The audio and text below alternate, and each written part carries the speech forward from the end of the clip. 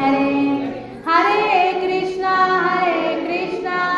कृष्ण कृष्णा हरे हरे हरे राम राम राम हरे हरे हरे कृष्णा कृष्ण कृष्णा हरे हरे हरे राम राम राम हरे हरे। कलियुग धर्म हरिनाम संकीर्तन की जगत पुरुषుల ప్రభుపాద की హరే కృష్ణ। మనము ఒక 2 వారాలు శ్రీల ప్రభుపాదుల వారి జీవిత చరిత్ర కోసం తెలుసుకున్నాము। ప్రభుపాదుల వారు ఎలా ఈ కృష్ణ చైతన్యోద్యమాన్ని ప్రచారం చేశారు, పాశ్చాత్య దేశాలకు వెళ్ళి ఎన్నో వేల మంది భక్తుల్ని ఎలా తయారు చేశారు, 108 మందిరాలని ఎలా నిర్మించారు, ఈ ప్రపంచమంతా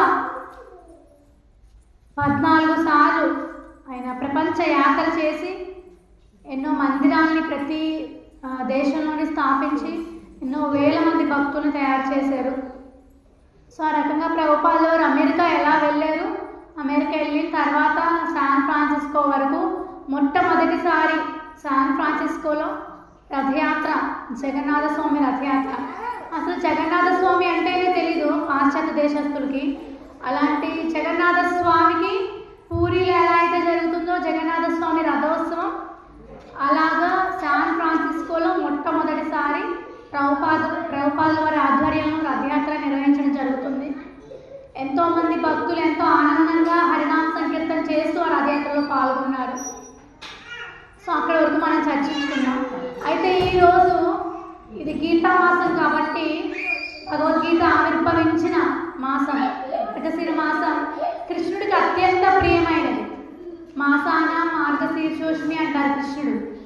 సో అన్ని మాసాల కన్నా మార్గశిర మాసం అత్యంత ప్రియమైనది కృష్ణుడికి। అది ఇంకా ప్రత్యేకత ఏంటంటే ఈ మాసంలో భగవద్గీతని కృష్ణుడు బోధించాడు అర్జునుడికి। అంటే భగవద్గీత ఒక గ్రంథం ఆవిర్భవించిన మాసం అన్నమాట। అందుకనే ఈ మాసం అంతా కూడా భక్తులందరూ భగవద్గీత పారాయణం చేస్తూ, భగవద్గీత పఠిస్తూ, భగవద్గీత వితరణ చేస్తారు ఆ శ్రీకృష్ణ భగవానుడిని సంతృప్తి పరచడానికి, ఆనందింప చేయడానికి। అందుకని ఈరోజు మనము భగవద్గీత ఎందుకు చదవాలి, భగవద్గీత 18 అధ్యాయాల్లో భగవంతుడు ఇచ్చిన సారాంశాన్ని మనం తెలుసుకుందాము। అయితే మా మందిరంలో కొంతమంది సేవ చేసే భక్తుల చేత 18 అధ్యాయాలు ఛాలెంజ్ పెట్టి చదివించాం అన్నమాట। నిన్నటితో పూర్తయింది। సో అది మొదటి రోజు మొదటి అధ్యాయము 47 శ్లోకాలు భావం చదవాలి, 15 నిమిషాలు పడుతుంది। రెండవ రోజు రెండవ అధ్యాయం 72 శ్లోకాలు ఉంటాయి, ఆ 72 శ్లోకాల భావం చదవాలి। సో అలా నిన్నటికి 18వ అధ్యాయం పూర్తయింది। 18వ అధ్యాయంలో 78 శ్లోకాలు ఉంటాయి, ఆ 78 శ్లోకాల భావం చదవాలి। సో ఇలా 18 రోజులు 18 అధ్యాయాలు పూర్తి చేశారు వాళ్ళు। ఎందుకంటే భగవద్గీత చదవాలని అందరికీ ఉంటుంది। సో భగవద్గీత మంచి గ్రంథము, భగవద్గీత చదవాలని ఉంటుంది, అసలు భగవద్గీతలో ఏముంది అని అందరికీ తెలుసుకోవాలని ఉంటుంది। కానీ మనం ప్రయత్నం చేయలేము, ఎందుకంటే మనం ఏదైనా మంచి పని చేయాలన్నా, ఒక మంచి మార్గంలో వెళ్ళాలన్నా మనకి ఎన్నెన్నో ఆటంకాలు వస్తాయన్నమాట। సో ఎన్నో శ్లోకాలు ఉంటాయి, సంస్కృతము అది అర్థమవుతుందా, అర్థం కాదా, నేనేం చదవగలను లేదు, అసలు ఎన్నో సందేహాలు అన్నమాట। సో కొంతమంది భగవద్గీత చదువుతుంటే అప్పుడే చదవకూడదు, నీకు 60+ వచ్చినాక చదవాలి అని చెప్తారన్నమాట। సో ఇలా ఎన్నెన్నో ఆటంకాలు మనకు కలుగుతూ ఉంటాయి। సో అందుకని ఎవరికైతే భగవద్గీత చదవాలని ఆసక్తి ఉందో వారందరికీ మేము 18 రోజులు ఛాలెంజ్ పెట్టి పూర్తి చేయించాము। ఒక్కొక్కరు ఎంత ఆనందం పొందారంటే చాలా ఆనందంగా ఉంది, మీరు నిజంగా 18 రోజులు చదువుతాం అనుకోలేదని చెప్పారన్నమాట। సో అలా నిన్నటికి పూర్తి చేశారు। సో నిన్న పూర్తి చేసినది ఈరోజు ఆపకూడదు కాబట్టి ఈరోజు గీతా మహాత్మ్యం అని చెప్పి భగవద్గీత యొక్క గొప్పతనాన్ని పరమశివుడు పార్వతీదేవికి వివరిస్తున్నారు। పరమశివుడు పార్వతీదేవికి వివరిస్తున్నారు, అది పద్మపురాణంలో ఉందన్నమాట, గీతా మహాత్మ్యం అంటారు। సో ఆ గీతా మహాత్మ్యంలో 18 అధ్యాయాలకి 18 గీతా మహత్య కథలు ఉంటాయి। అంటే మొదటి అధ్యాయం చదవడం వల్ల కలిగే ఫలశ్రుతి ఒక కథ ఉంటుంది, రెండవ అధ్యాయం చదవడం వల్ల కలిగే ఫలశ్రుతి ఇంకొక కథ ఉంటుంది। సో అలా 18 అధ్యాయాలు చదవడం వల్ల 18 గీతా మహత్య కథల్ని పరమశివుడు పార్వతీదేవికి వివరిస్తున్నారట. ఇది పద్మపురాణంలో ఉంది. సో పార్వతీదేవి పరమశివుడిని ప్రతినిత్యం కూడా భగవద్గీత చెప్పండి, భాగవతం చెప్పండి అని అడుగుతుందట. సో నిజమైన ధర్మభక్తి అంటే అలా ఉండాలి. సనాతన మార్గంలో వెళ్ళాలి, భర్త దగ్గర ఉండే ఆధ్యాత్మిక విషయాలన్నీ తెలుసుకోవాలన్నమాట. సో పరమశివుడు మరి తను అడిగింది కాబట్టి పార్వతీమాత ప్రతిరోజు భగవద్గీత కానీ భాగవతం కానీ ఏదో ఒకటి వివరించేవారన్నమాట. సో అలా గీతా మహత్య కథలు పరమశివుడు పార్వతీదేవికి చెప్పారు. అలాగే భగవద్గీత యొక్క గొప్పతనం, గీతా మహత్యం 7 శ్లోకాల్లో వివరించడం జరిగిందన్నమాట. ఇప్పుడు ఆ 7 శ్లోకాలు మనం చర్చిద్దాం. అయితే దీనికన్నా ముందు ఒక 2 నిమిషాలు అసలు భగవద్గీత ఎందుకు చదవాలో తెలుసుకుందాం. భగవద్గీత ఎందుకు చదవాలి? భగవద్గీత సర్వ మానవాళికి శ్రేయోదాయకమైన గ్రంథం, సర్వ సంశయ నివారణి. మనకున్న అన్ని సందేహాన్ని భగవద్గీత నివృత్తి చేస్తుంది. సర్వార్థ ప్రదాయిని, మనకి కావలసిన అన్నీ తీరుస్తుంది భగవద్గీత. సర్వ మోక్ష ప్రదాయిని, మనకి మోక్షాన్ని కూడా ప్రసాదిస్తుంది. అందుకు భగవద్గీత చదవాలి. ఇంకెందుకు చదవాలంటే భగవద్గీత ఒక భాగవత ధర్మం. ఈ 84 లక్షల జీవరాశులు ఉంటే అందులో మానవుడు ఒకరు. సో ఈ మానవ జన్మ అనేది అతి దుర్లభం అన్నమాట. సో ఈ మానవ జన్మ పొందిన తర్వాత మనం ఏం చేయాలి, ఎలా మాట్లాడాలి, ఎలా నడుచుకోవాలి, ఏది ఆచరించాలి, ఏది ధర్మము ఏది అధర్మము, ఎటువంటి ధర్మం చేయాలి, ఎటువంటి దానం చేయాలి, ఎటువంటి లక్షణాలు కలిగి ఉండాలి, ఎటువంటి బుద్ధిని కలిగి ఉండాలి. సో ఇవన్నీ భగవద్గీత మనకి వివరిస్తుంది. ఎటువంటి ఆహారం తినాలి, కృష్ణుడు అది కూడా వివరిస్తున్నారు. సాత్వికమైన ఆహారాన్ని భుజించాలి అని వివరిస్తున్నారు. సో ఇలా భగవద్గీత ఒక మానవుడు తన నిజ జీవితంలో ఎలా జీవించాలి, ఎలా నడుచుకోవాలి చెప్పే గ్రంథం. అయితే ఈ భగవద్గీతని అర్జునుడికి కురుక్షేత్ర యుద్ధంలో చెప్పారు కృష్ణుడు. చాలామంది అంటారు అది యుద్ధంలో చెప్పారు కదండి, మరి మనం చదవకూడదు కదండి, ఎందుకంటే అది యుద్ధం కదా అని అంటారన్నమాట. సో మా ఇంట్లో కూడా గొడవలు అయిపోతాయి, మా ఇంట్లో కూడా యుద్ధం అయిపోతుంది, మేము భగవద్గీత చదివితే అంటారని. కానీ అలా కాదు. మన జీవితమే ఒక యుద్ధం, ఈ జీవితమే ఒక యుద్ధం. సో అర్జునుడు మనందరికీ ప్రాతినిధ్యం వహిస్తున్నాడు, ప్రతినిధిగా ఉన్నాడు కృష్ణుడి దగ్గర. అర్జునుడు గొప్ప భక్తుడు, అర్జునుడికి ఏం మోహం లేదు, గొప్ప భక్తుడు కాబట్టి కృష్ణుడి దగ్గర శ్రవణం చేసే అవకాశం లభించింది. కృష్ణుడికి భక్తుడిగా, ప్రియ మిత్రుడిగా, ప్రియ శిష్యుడిగా ఉండే అవకాశం లభించింది. ఎందుకు? అర్జునుడు గొప్ప భక్తుడు కాబట్టి. మరి అర్జునుడికి అంత గొప్ప స్థానం వచ్చింది, భగవంతుని సేవ వచ్చింది, మరి అర్జునుడు ఎందుకు భగవద్గీత తెలుసుకోవాలి? అర్జునుడు ఏం భగవద్గీత తెలుసుకోవాలని అవసరం లేదు, అర్జునుడికి అన్నీ తెలుసు, తన గొప్ప భక్తుడు. కానీ మనందరి కోసం, ఈ కలియుగంలో జనుడిని ఉద్ధరించడం కోసము తను ప్రతినిధిగా ఉంటూ తన సందేహాలు అడుగుతూ మనందరికీ ఆ సందేశాన్ని ఇస్తున్నారు కృష్ణుడి ద్వారా. సో అలా భగవద్గీత అనేది మన నిజ జీవితంలో ప్రతి ఒక్కరూ ఎలా నడుచుకోవాలి, ఏం చేయాలి, ఏం చేయకూడదని వివరిస్తుంది అన్నమాట. అలాగే ఈ గీతా మహత్యంలో కూడా భగవద్గీత ఎందుకు చదవాలి అని చెప్పి చాలా చక్కగా పద్మపురాణంలో వివరించడం జరిగింది. అందులో మొదటి శ్లోకం, గీతాధ్యాయనశీలస్య ప్రాణాయామ్యపరస్య చ నైవ సంతి పాపాని పూర్వజన్మకృతాని చ. సో ఈ శ్లోకంలో చెప్తున్నారు, మనిషి భగవద్గీతను శ్రద్ధగానో సావధానంగానో చదివితే భగవద్ అనుగ్రహం వలన పూర్వ పాప ఫలాలు అతనిపై పనిచేయవు. సో ఏం చెప్తున్నారు ఇక్కడ? సో ఎవరైతే భగవద్గీతని అత్యంత శ్రద్ధతో శ్రవణం చేస్తారో, పఠిస్తారో, చదువుతారో వారికి భగవంతుని యొక్క పూర్తి అనుగ్రహం లభిస్తుందట. పూర్తి అనుగ్రహం లభించి వాళ్ళ యొక్క సర్వ పాపాలు కూడా ప్రక్షాళన అయిపోతాయి. ఇంకా వారి యొక్క జీవితం పైన పని చేయవు ఆ పాపాలన్నీ కూడా. సో అలాగే కృష్ణుడు భగవద్గీతలో చివరి అధ్యాయంలో ఒక శ్లోకం చెప్తాడు. అదే చివరి మెసేజ్ కృష్ణుడు ఇచ్చింది మనందరికీ. సో భగవద్గీతలో కృష్ణుడు చాలా మెసేజ్ ఇచ్చారు, చాలా ఆజ్ఞలు ఇచ్చారు, చాలా సందేశాలు ఇచ్చారు మనకి. కానీ అందులో భగవంతుడు ఇచ్చిన చివరి మెసేజ్ ఏంటంటే, సర్వధర్మాన్ పరిత్యజ్య మామేకం శరణం వ్రజ అహం త్వాం సర్వ పాపేభ్యో మోక్షయిష్యామి మా శుచః. సో ఏం చెప్తున్నారు కృష్ణుడు? మోక్ష ఇష్యామి మా శుచః అహం త్వాం సర్వ పాపేభ్యో. సో ఎవరైతే నాకు శరణాగతి పొందుతారో వారి యొక్క పాపాలన్నీ నేను తొలగిస్తాను, నశించిపోతాయి, వారికి మోక్షం ఖచ్చితంగా లభిస్తుంది, అందులో ఎటువంటి భయం లేదు, ఎటువంటి సందేహం లేదు అని చెప్పి కృష్ణుడు హామీ ఇస్తున్నారు, వాగ్దానం చేస్తున్నారు. సో అలాగే ఈ శ్లోకంలో కూడా గీతా మహత్య శ్లోకాల్లో వారి యొక్క పూర్వ జన్మ కృతానిచ అంటే పూర్వజన్మలో చేసుకున్న పాపపు ఫలితాలు ఈ జీవితంలో వారిపైన ప్రభావం చూపవు. సో మనం ఇప్పుడు కర్మ చేస్తున్నాం. సో ఈ కర్మ సిద్ధాంతాన్ని బట్టి మనం మంచి చేస్తే మంచి ఫలితం లభిస్తుంది, చెడు చేస్తే చెడు ఫలితం మనకు లభిస్తుంది. సో మనం తెలుసో తెలియకో ఏవేవో చేసే ఉంటాం. సో వాటికి తగిన పాప ఫలితాలు మనం ఈ జన్మలో అనుభవించాల్సి ఉంటుంది.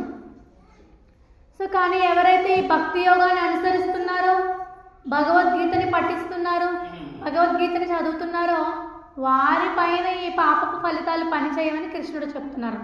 సో ఇది ఒక శ్లోకం. అలాగే ఇంకొక శ్లోకంలో ఏం చెప్తున్నారంటే, గీతాశాస్త్రమిదం పుణ్యం యః పఠేత్ ప్రయతః పుమాన్. సో ఎవరైతే ఈ గీతాని భగవద్గీతలో ఉన్న ఉపదేశాల్ని సక్రమంగా వారి జీవితంలో పాటిస్తారో వారి జీవితంలో ఉన్న సమస్త దుఃఖాలు నశించిపోతాయి. సో భగవద్గీతలో భగవంతుడు మనకి ఇది చెయ్యాలి అని చెప్పారు. సో కొన్ని ఉపదేశాలు ఇచ్చారు. సో ఎవరైతే ఆ ఉపదేశాలను అనుసరిస్తూ భగవద్గీతని చదువుతూ తన జీవితంలో అవి ఆచరిస్తారో వారికి ఉన్న సమస్త దుఃఖాల్ని కృష్ణుడు దూరం చేస్తాడు. సో ఇంకెటువంటి చింతలు వారికి ఉండవన్నమాట, అన్ని చింతల నుండి బయటపడతారు. ఇదొక గీతా మహత్యం. భగవద్గీత చదవడం వల్ల ఇది ఇంకొక గొప్పతనం అన్నమాట. అలాగే ఇంకొక శ్లోకంలో ఏం చెప్తున్నారంటే, మల నిర్మోచనం పుంసాం జలస్థానం దినే దినే సకృత్ గీతామృతస్థానం సంసార మలనాశనం.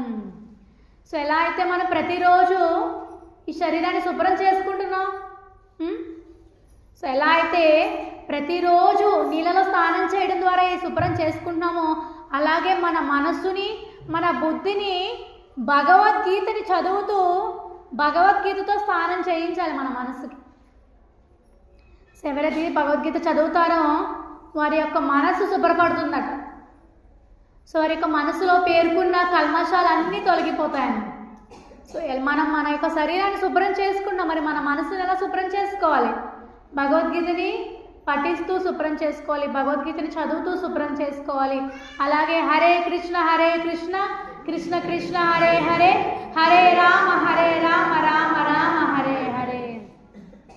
సో చాలామంది అంటారు, పురాణాల్లో కూడా ఉన్నాయి, శాస్త్రాల్లో కూడా ఉంది, గంగా నదిలో ఎవరైతే స్నానం చేస్తారో వారి యొక్క పాపాలన్నీ తొలగిపోతాయి, వారికి పుణ్యం కలుగుతుంది అంటారు కదా. సో ఈ భగవద్గీత కూడా ఒక గంగా నది లాంటిది.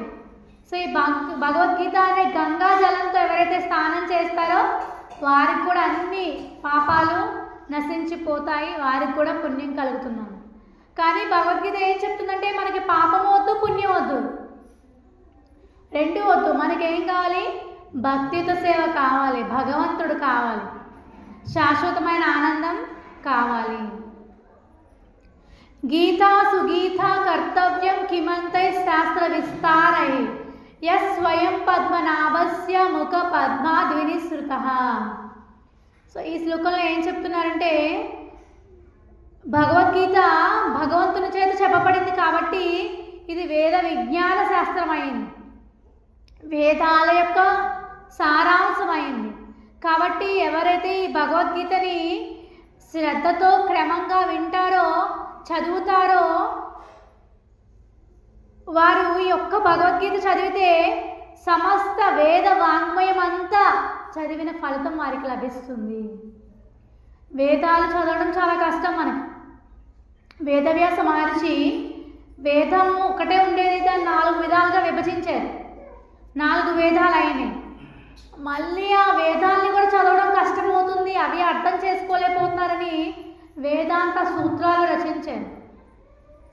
ఆ వేదాంత సూత్రాలు కూడా ఇంకా ఈ కలియుగంలో జనులు అర్థం చేసుకోలేరని వేదాంత సూత్రాలకి ఆచార్యులు భాష్యాన్ని కూడా ఇచ్చారు.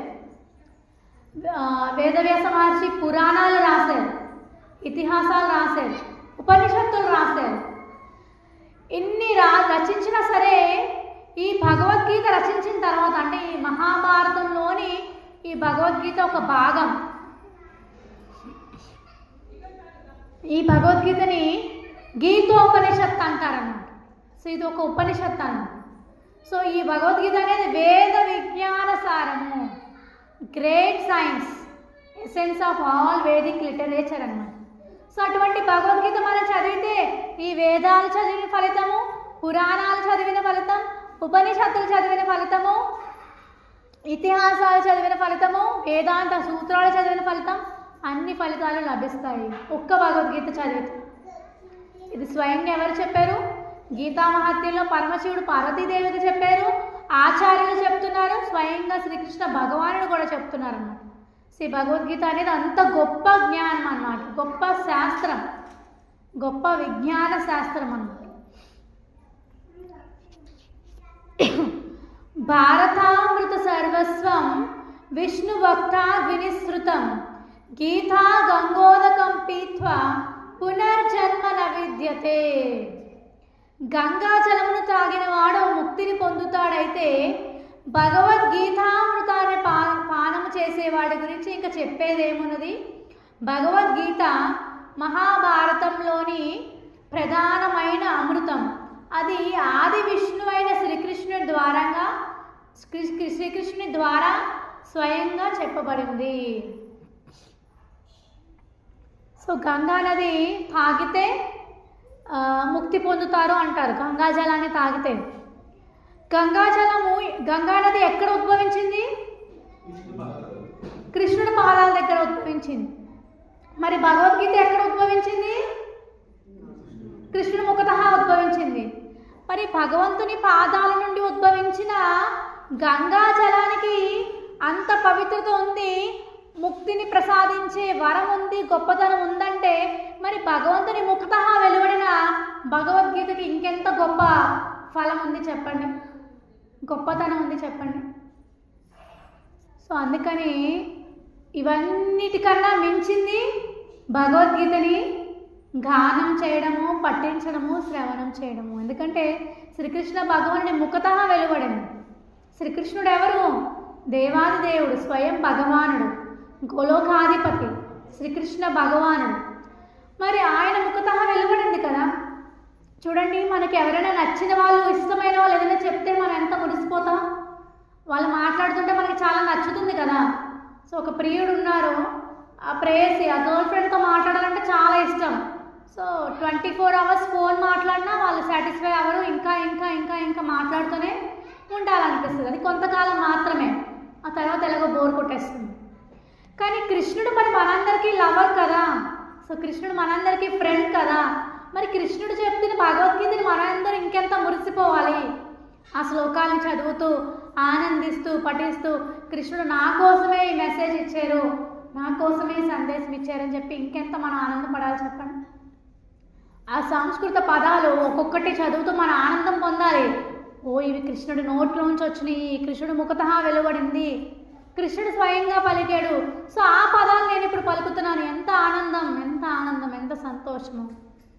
మూవీలో సాంగ్స్ ఉంటాయి, చాలామంది, అంటే మీరెవరు వినకపోవచ్చు, బయట చాలా క్రేజీ కదా. ఏ కొత్త మూవీ వస్తే ఆ కొత్త మూవీలో సాంగ్స్ పాడాలి. సో ఎవరో సింగర్ పాడతారు, సో అందరూ ప్రాక్టీస్ చేస్తారు, సో అవే కంటిన్యూస్గా పాడుతూనే ఉంటారు ఆ మూవీ కొంచెం బోర్ కొట్టే వరకు. సో ఒక భౌతికమైన వాటికి ఇంత ప్రాధాన్యం ఇస్తున్నప్పుడు, ఇంత ఇంపార్టెన్స్ ఇస్తూ మనం అవి నేర్చుకుంటూ అవి గానం చేసేస్తున్నాం. ఎంత కష్టమైనా సరే 5 నిమిషాల పాట, 10 నిమిషాల పాట, కష్టమైన పాట, అర్థం ఉన్న పాట, అర్థం లేని పాట, ఏ పాట అయినా మనం పాడుతున్నాం కదా. మరి భగవద్గీతని కృష్ణుడు ఎంతో గొప్పగా వర్ణించారు. తన ముఖతః వెలువడిన శ్లోకాలు అవి. మనం ఇంకెంత ఆనందపడి ఉచ్చరించాలి, నేర్చుకోవడానికి ప్రయత్నం చేయాలి. సంస్కృతం అంటే భయం పడిపోకూడదు. సంస్కృతం దేవ భాష. సో ఆ సంస్కృత శ్లోకాలు మనందరం కూడా నేర్చుకోవాలన్నమాట. సో ఎవరైతే సంస్కృతం పఠిస్తారో వారి యొక్క జ్ఞాపక శక్తి పెరుగుతుంది, వారికి ఏకాగ్రత పెరుగుతుంది, మంచి బుద్ధి కలుగుతుందండి. సో భాషలో అంత గొప్పతనం ఉంది ఆ భాషలో. అందుకని సంస్కృత శ్లోకాలు పిల్లలకి చిన్నప్పటి నుండే నేర్పించాలి. అవేమి కష్టం కాదు, కష్టం అనుకోకూడదు. సో మనం నేర్చుకోవాలని మనసు ఉంటే ఎలా అయినా నేర్చుకుంటాను. సో ఇది ఒక గీతామహత్యంలోని ఒక శ్లోకం. తర్వాత శ్లోకం సర్వోపనిషదో గావో దోగ్ధా గోపాలనందనః పార్థో వత్స సుధీర్భోక్తా దుగ్ధం గీతామృతం మహత్. సర్వ ఉపనిషత్తుల సారమైనట్టి ఈ గీతోపనిషత్ భగవద్గీత గోవు కాగా గోపాలునిగా ప్రసిద్ధి చెందిన కృష్ణ భగవానుడే ఆ గోవు నుండి పాలన పితికేవాడు. అర్జునుడు దూడ కాక పండితులు విశుద్ధ భక్తులు భగవద్గీత క్షీరామృతం పానం చేసేవారు. సో ఒక గోవు ఉంది, ఆవు ఉంది. ఆవు నుండి పాలు రావాలంటే ఏం చేయాలి? ఒక వ్యక్తి ఆ పాలు పిండాలి, పితకాలి. పాలు పితికితే ఆ బిందె నిండుతుంది. సో ఆ బిందెడు పాలు ఏం చేస్తారు? అందరూ విక్రయిస్తారు, అందరూ తీసుకుంటారు. కొన్ని మిగిలిపోయిన పాలు ఆ దూడకు ఉంచుతారు. ఆ దూడ కూడా తన తల్లి దగ్గర నుండి ఆ గోవు నుండి ఆ పాలను తీసుకుంటుంది, తాగుతుంది. సో అలాగే ఈ భగవద్గీత కూడా ఒక గోవుతో పోలుస్తున్నాడు ఆచార్యుడు. పాలు పితికేవాడు ఎవరంటే కృష్ణుడు, గోపాలుడు కృష్ణుడు. సో కృష్ణుడు పాలు పితుకుతున్నాడు అంటే అర్థం ఏంటంటే కృష్ణుడు భగవద్గీతని బోధిస్తున్నాడు. అర్జునుడు దూడ అంటే అర్జునుడు మొదటిగా ఆ పాలను తీసుకుంటున్నాడు. అంటే ఇప్పుడంటే అలా ఆచరించట్లేదు, కానీ గోవు నుండి మొదట దూడకి పాలు ఇవ్వగా మిగిలిన పాలను మాత్రమే తీయాలి. అవి మాత్రమే మనందరము సర్వమానవాళి శ్రేయస్సు కోసం ఉపయోగించుకోవాలి ఆ పాలని. కానీ ఇప్పుడు అలా చేయట్లేదు. సో దూడను ఎక్కడో దూరంగా పెడుతున్నారు. కొన్ని ఫామ్స్లో అయితే రీసెర్చ్ జరిగింది, పుట్టిన వెంటనే దూడని పంపించేస్తారంట, వేరే ప్రాంతాలకి పంపించేస్తారంట. ఆవు దగ్గర ఉండదంట కొన్ని ఫామ్స్లో. దూడ ఉంటే ఆవు దూడకే పాలు ఇవ్వాలని దాంతోనే ఉంటుంది కాబట్టి దూడని పంపించేస్తారు, చూడనివారు కూడా చూడనివ్వరట. సో ఆవుకి ప్రతిరోజు ఇంజక్షన్ చేస్తారట. ఇంజక్షన్ చేసి అప్పుడు పాలు పిండుతారు. మరి కూతురు లేకపోతే, తన పిల్ల లేకపోతే ఆవుకు బాధ ఉంటుంది కదా. తల్లికి ప్రేమతో ఉప్పొంగిపోతాయి పాలు. సో ప్రేమ ఉంటుంది తన పిల్లవాడి మీద, ఆ పిల్ల మీద. సో అప్పుడు ఆ పాలు అనేవి వస్తాయి. మరి దూడ కనిపించకపోతే ఆవుకి పాలు ఎలా వస్తాయి? బాధగా ఉంటుంది కదా, అది ఏడుస్తుంది కదా. సో అది దానికి ఇంజెక్షన్స్ చేస్తారన్నమాట. సో అప్పుడు దానిలో ఉన్న రక్తము పాలుగా మారుతుంది. సో అటువంటి పాలని, ఆవు యొక్క రక్తాన్ని, దాని యొక్క దుఃఖాన్ని, దాని బాధని మనం అందరం స్వీకరిస్తున్నాం. ఆ పాలని తాగడం కోసం, ఉపయోగించుకోవడం కోసం. అంటే ఇప్పుడు ప్రజెంట్ ఫామ్స్ అన్నీ అలా ఉన్నాయి. ఆవుల్ని చూసుకునే వారందరూ అలా చూస్తున్నారు. సో ప్రతిరోజు ఇంజెక్షన్ చేయకపోతే అది పాలు ఇవ్వదు. సో అయితే ఇక్కడ భగవద్గీత కూడా ఒక గోవుతో పోలుస్తున్నారు. ఆ గోవుకి పాలు పితికేవారు కృష్ణుడు. ఆ దూడ మొట్టమొదటిగా పాలు స్వీకరిస్తుంది. ఆ దూడ అర్జునుడు. అంటే భగవద్గీతని కృష్ణుడు అర్జునుడికి చెప్పారు. సో ఎవరైతే ఆచార్యులు ఉన్నారో, విశుద్ధ భక్తులు ఉన్నారో, ఆ భగవద్గీతని తరువాత క్షీరామృత పానం చేసేవారు. వారి తర్వాత ఆ భగవద్గీత క్షీరాన్ని పానం చేసేవారు ఎవరంటే భక్తులు అన్నమాట. ఇది ఒక శ్లోకంలో చెప్తున్నారు, భగవద్గీతని గోవుతో పోలుస్తున్నారు. చివరి శ్లోకం గీతా మహాత్య శ్లోకం. ఏకం శాస్త్రం దేవకీ పుత్ర గీతం ఏకో దేవో దేవకీ పుత్ర ఏవ ఏకో మంత్రస్య నామాని యాని కర్మాప్యేక్యం తస్య దేవస్య సేవా. సో ఇక్కడ ఏం చెప్తున్నారంటే ఇది చాలా అద్భుతమైన శ్లోకం, గీతా మహాత్యానికి సారాంశం. ఏకం శాస్త్రం దేవకీ పుత్ర గీతం, ఒకే ఒక్క శాస్త్రం ఉంది, అదే భగవద్గీత, అదే ఆ దేవదేవుడు దేవకీ పుత్రుడు పాడిన గీత. దేవకీ పుత్రుడు ఆ కృష్ణ భగవానుడు బోధించిన గీత, అదే ఏకైక శాస్త్రం. ఏకో దేవో దేవకీ పుత్ర ఏవా, ఒకే ఒక్క దేవుడు ఉన్నారు, ఎవరంటే ఆ దేవకీ పుత్రుడు దేవాది దేవుడు శ్రీకృష్ణ భగవానుడు.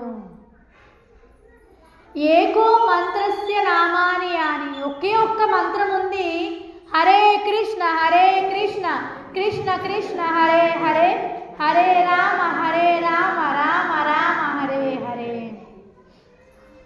సమస్త ప్రపంచానికి ఈ కలియుగంలో ఏకైక, ఈ కలియుగంలోనే కాదు ప్రతి యుగంలోని ఏకైక ఆరాధ్య దైవము శ్రీకృష్ణ భగవానుడే అవుగాక. ఒకే ఒక్క శాస్త్రం సమస్త ప్రపంచానికి శ్రేయోదాయకమైనది శ్రీమద్ భగవద్గీత. ఒకే ఒక్క మంత్రం, ఏకైక మంత్రం, ఏకైక ప్రార్థన. అదేంటి, కలియుగంలో మనందరినీ ఉద్ధరించడానికి భగవంతుడు నామరూపంలో ఆవిర్భవించారు. హరే కృష్ణ కృష్ణ కృష్ణ హరే హరే హరే రామ రామ రామ హరే హరే. కలియుగంలో భగవంతుని యొక్క నామరూపం, కృష్ణుడికి కృష్ణ నామానికి ఎటువంటి వ్యత్యాసం లేదు. సో ఈ హరే కృష్ణ మహామంత్రం ఎవరైతే జపం చేస్తున్నారో కృష్ణుడు వారితో ఉన్నట్టే. సో మనకి దాని విలువ ఇంకా తెలియట్లేదు, అందుకే మనం శ్రద్ధతో జపం చేయలేకపోతున్నాం. సో ఆచార్యులు చెప్తారు, ఈ కలియుగంలో మన భవరోగానికి మన దుఃఖాలకి ఏకైక మందు హరే కృష్ణ మహామంత్రం. సో మనం ఏదైనా కష్టం వచ్చినా, ఏదైనా బాధ వచ్చినా భగవంతుడి దగ్గరికి వెళ్ళి ఏం చేస్తాం? ప్రార్థిస్తాం కదా, ప్రే చేస్తాం, సో మొక్కుతాం మనం. సో ఈ ఏకైక మంత్రం, ఏకైక ప్రార్థన ఇదే కావాలి. హరే కృష్ణ కృష్ణ కృష్ణ హరే హరే హరే రామ రామ రామ హరే హరే. కర్మాప్యేక్యం తస్య దేవస్య సేవా. ఈ కలియుగంలో ఒకే ఒక్క కర్మ మనల్ని మోక్షానికి మార్గం చూపించగలదు, ముక్తిదాయకమైనది. ఆ కర్మ ఏంటంటే ఆ భగవంతునికి సేవ చేయడము, భక్తితో సేవ చేయడము. మనం ఎన్ని చేసినా ఈ కలియుగంలో ఏ పని చేసినా, ఏ కర్మ చేసినా అది మనకి ముక్తినివ్వదు, ఆనందాన్ని ఇవ్వదు, శాశ్వతమైన సుఖాన్ని ఇవ్వదు. కానీ మనం ఎప్పుడైతే భక్తితో సేవ చేస్తున్నామో భగవంతునికి, అదే మనకి శాశ్వతమైన ఆనందాన్ని ఇస్తుంది. సో ఇక్కడ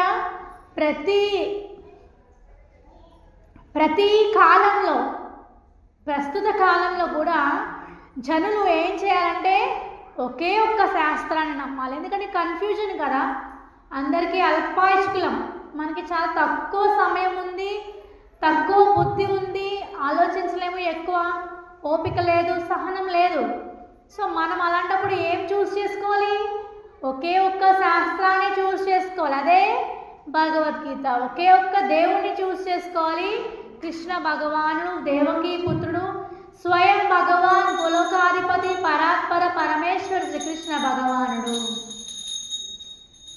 ఒకే ఒక్క మంత్రం హరే కృష్ణ మంత్రము, ఒకే ఒక్క కర్మ, ఒకే ఒక్క సేవ, భక్తితో సేవ. సో ఈ 4 విషయాలు మనం ఎప్పుడైతే క్లారిటీ ఉందో, ఎప్పుడైతే మనం చూస్ చేసుకున్నామో అప్పుడు కృష్ణుడు మనతోనే ఉంటాడు.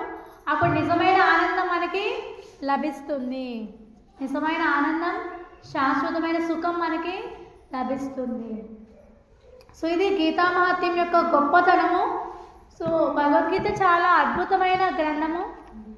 చదివితే మనకి తెలుస్తుంది. అంటే వినాలి, శ్రవణం చేయాలి, కానీ మనం కూడా ఒకసారి చదివితే అనుభవపూర్వకంగా మనం స్వీకరించగలం. సో గులాబ్ జామ్ తీయగా ఉందని నేను చెప్తాను, కానీ మీరు ఎప్పుడు గులాబ్ జామ్ తినలేదు, మీకు ఎలా తెలుస్తుందో తీయగా ఉందని? మీరు తీసుకొని చెంచాతో టేస్ట్ చేస్తేనే కదా తెలుస్తుంది. సో అలాగే నేను భగవద్గీత చదవండి, భగవద్గీత బాగుంది, భగవద్గీత గొప్ప శాస్త్రం, గొప్ప విజ్ఞాన శాస్త్రం అని చెప్తే మీకు ఎలా అర్థమవుతుంది? మీరు కూడా చదివితే అది అనుభవాన్ని పొందుతారన్నమాట.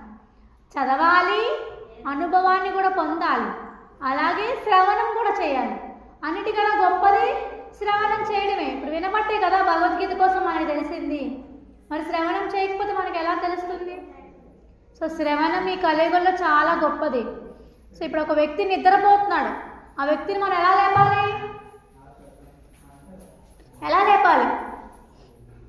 ఎవరైనా నిద్రపోతారు, ఎలా లేపుతాం మనం? అంతకన్నా ముందు దూరంగా ఉన్నాడు, అప్పుడు పిలుస్తారు, పేరు పెట్టి పిలుస్తారు కదా. సో పేరు పెట్టి పిలుస్తారు బాగా. సో కొంచెము మత్తులో లేకుండా కొంచెం నార్మల్గా పడుకునే వ్యక్తి అయితే లెగుస్తాడు, 2-3 సార్లు పిలవగా లెగుస్తాడు. సో బాగా మత్తులోకి వెళ్ళిపోయిన వ్యక్తి అయితే గట్టిగా కొట్టాలి. ఆ కొట్టినప్పుడు కూడా సౌండ్ వస్తుంది, అనుభవం చెందుతుంది, లెగుస్తాడు. కానీ మొట్టమొదటిసారి ఆ పేరుతో పిలుస్తుంటే ఇంకా లెగు, టైం అయింది, 6 అయింది, 6:30 అయింది, లెగు అంటే లెగుస్తాడు. సో అలాగే శ్రవణం. సో మనం శబ్దం చేస్తున్నాం, మనం పిలుస్తున్నాం అంటే శబ్దం చేస్తున్నాం, అవతలి వాడు శ్రవణం చేస్తున్నాడు, వింటేనే కదా లెగుస్తాడు.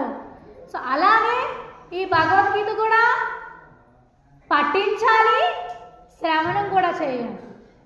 సో శ్రవణం చేస్తేనే దానిలో ఉన్న సందేశం మనకి సులభంగా అర్థమవుతుంది.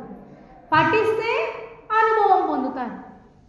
ఇక్కడ నిప్పు ఉంది, నిప్పులో అడుగేయద్దు, మనకి కాలుతుంది అంటే ఎప్పుడు నిప్పు చూడని వ్యక్తి, నిప్పు పట్టుకునే వ్యక్తి ఏం చేస్తారు? పిల్లలు ఉంటారు, వాళ్ళకి తెలియదు, వాళ్ళు వేస్తే వాళ్ళు కాలుతుంది. సో అలాగా చదవండి అంటే చదివితేనే అర్థమవుతుంది. భగవద్గీతలో 600 పైన వ్యాఖ్యానాలు ఉన్నాయి, భాష్యాలు ఉన్నాయి. కానీ ఈ శ్రీల ప్రభుపాదుల వారు అనువదించిన భగవద్గీత యథాతథము అత్యంత అద్భుతమైన గ్రంథం. 70 భాషలలో ఈ గ్రంథం అనువాదం చేయబడింది. యథాతథంగా ప్రభుపాదుల వారు ఆచార్యుల యొక్క గ్రంథాలని, ఈ సంస్కృతంలో ఉన్న భగవద్గీత ఇవన్నీ తీసుకొని ఆయన ఆంగ్లంలోకి అనువదించారు, ఇంగ్లీష్లో రచించారు. సో దానిని తెలుగులోకి, వివిధ రకాల భాషల్లోకి అనువదించారు. సో భగవద్గీత ప్రతి శ్లోకంలో కూడా భాష్యంలో ప్రభుపాదుల వారు ఒకటే చెప్తారు, భక్తి యోగాన్ని వివరిస్తారు. కృష్ణుడికి సేవ ఎలా చేయాలి, కృష్ణుడికి ఎలా దగ్గర కావాలి, కృష్ణ చైతన్యం అంటే ఏంటి, ఎందుకు కృష్ణుడిని పూజించాలి, చాలా నొక్కి ఆయన భక్తితో శ్రద్ధతో తీవ్రంగా రచించిన గ్రంథం అన్నమాట. చాలా సులభంగా మనందరికీ అర్థమవుతుంది. ఎంతో అద్భుతమైన గ్రంథం భగవద్గీత. అందులో శ్రీల ప్రభుపాదుల వారు అనువదించిన గ్రంథం అన్నమాట. ఎన్నో అవార్డులు వచ్చినాయి ఈ భగవద్గీతకి, ఎంత గొప్ప గ్రంథం అన్నమాట. సో అందరూ చదవడానికి ప్రయత్నం చేయండి. మీరు కూడా 18 రోజులు ఛాలెంజ్ పెట్టుకొని రోజుకొక అధ్యాయం చదవండి.